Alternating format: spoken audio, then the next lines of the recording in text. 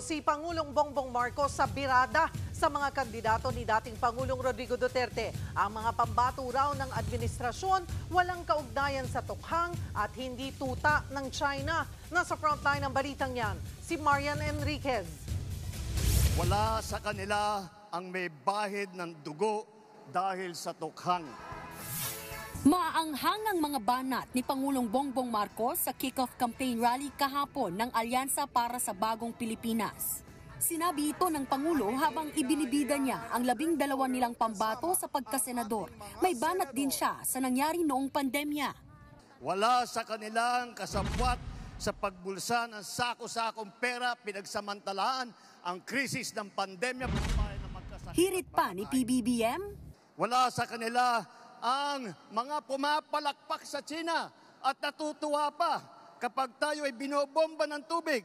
Tayo ba ay papayag na babalik sa panahon kung kailan gusto ng ating mga liderato maging probinsya tayo ng China?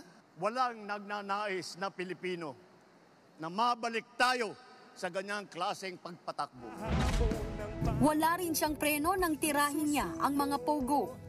Wala sa kanila ang tagataguyod ng pugad ng krimen, ng sentro ng paglalapastangan ng mga kababaihan na mga pogo.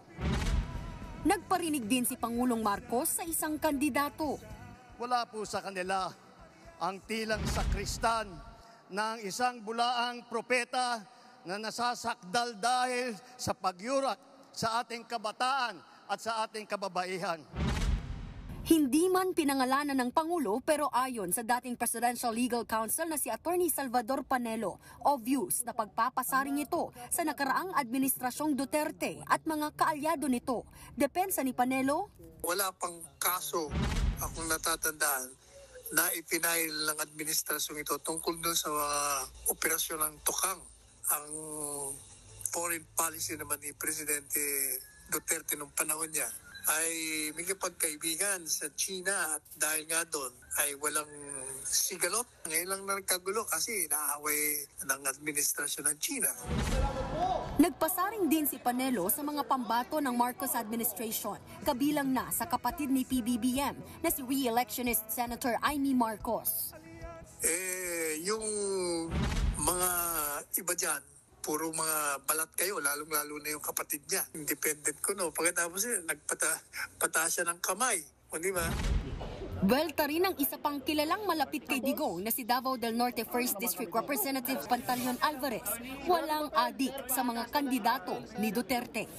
Nagbabalita mula sa Frontline, Marian Enriquez, News 5.